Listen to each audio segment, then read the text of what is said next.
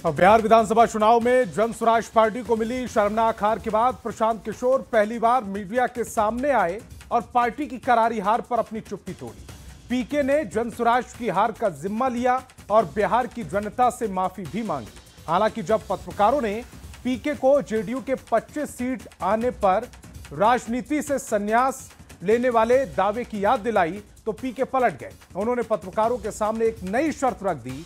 पीके ने कहा कि अगर सीएम नीतीश 1.5 करोड़ महिलाओं को 2-2 लाख रुपए देंगे तो मैं 6 महीने में राजनीति से संन्यास ले लूंगा।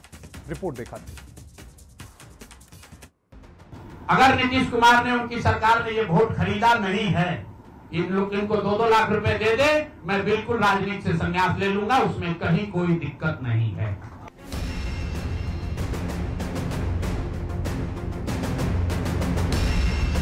प्रशांत किशोर जनसुराज के संयोजक और चुनावी रणनीतिकार अपनी नई नवेली पार्टी जनसुराज की सरकार बिहार में बनाने में नाकाम रहे।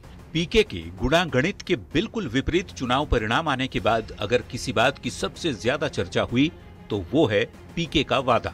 अगर नीतीश कुमार दोबारा मुख्यमंत्री बन गए या उनकी पार्टी जेडीयू को 25 सीटें भी मिल गईं, तो मैं राजनीति से संन्यास ले लूंगा। 4 दिन बाद जब पीके ने चुप्पी तोड़ी तो पत्रकारों ने यही सवाल पूछा, जिसके जवाब में पीके ने क्या कहा वो सुनिए। कई लोगों का सवाल है, नीतीश कुमार को 25 सीट आने की बात है, तो मैं आपके सामने घोषणा कर रहा हूं कि जो 25 सीट हमने बात कही थी उस पर बिल्कुल कायम है। अगर नीतीश कुमार ने, उनकी सरकार ने ये वोट खरीदा नहीं है, इनको 2-2 लाख रुपए दे दे, मैं बिल्कुल राजनीति से संन्यास ले लूंगा, उसमें कहीं कोई दिक्कत नहीं है। संन्यास की बात में विरोधाभास के बाद पीके ने राजनीति से अलग होने की एक नई शर्त रख दी। नीतीश सरकार ने 1.5 करोड़ महिलाओं को अगर 2-2 लाख रुपए दे दिए तो पीके राजनीति से संन्यास ले लेंगे। अगर बिहार में पलायन रुक गया तो भी 6 महीने में राजनीति छोड़ देंगे।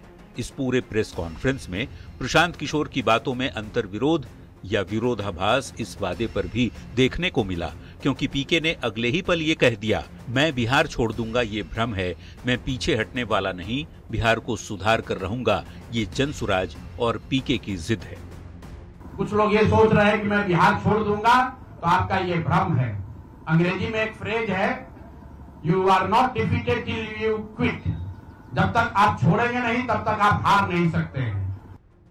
10 से ज्यादा नेताओं को मुख्यमंत्री बनाने में कंधा लगाने वाले और 6 साल में 6 लोगों को सीएम बनाने वाले पीके का प्रयोग बिहार चुनाव में पूरी तरह फेल हो गया।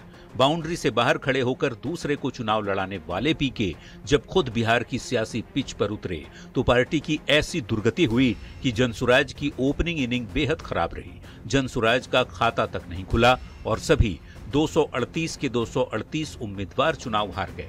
पार्टी का स्ट्राइक रेट 0% रहा, यहां तक कि पीके के 98% उम्मीदवारों की जमानत तक जब्त हो गई।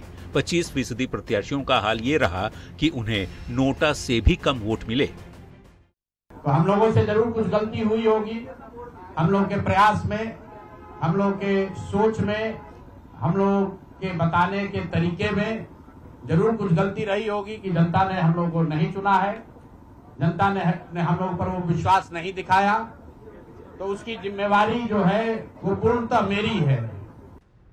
पूरे चुनाव में पीके कहते रहे कि जनसुराज या तो अर्श पर रहेगा या फिर फर्श पर।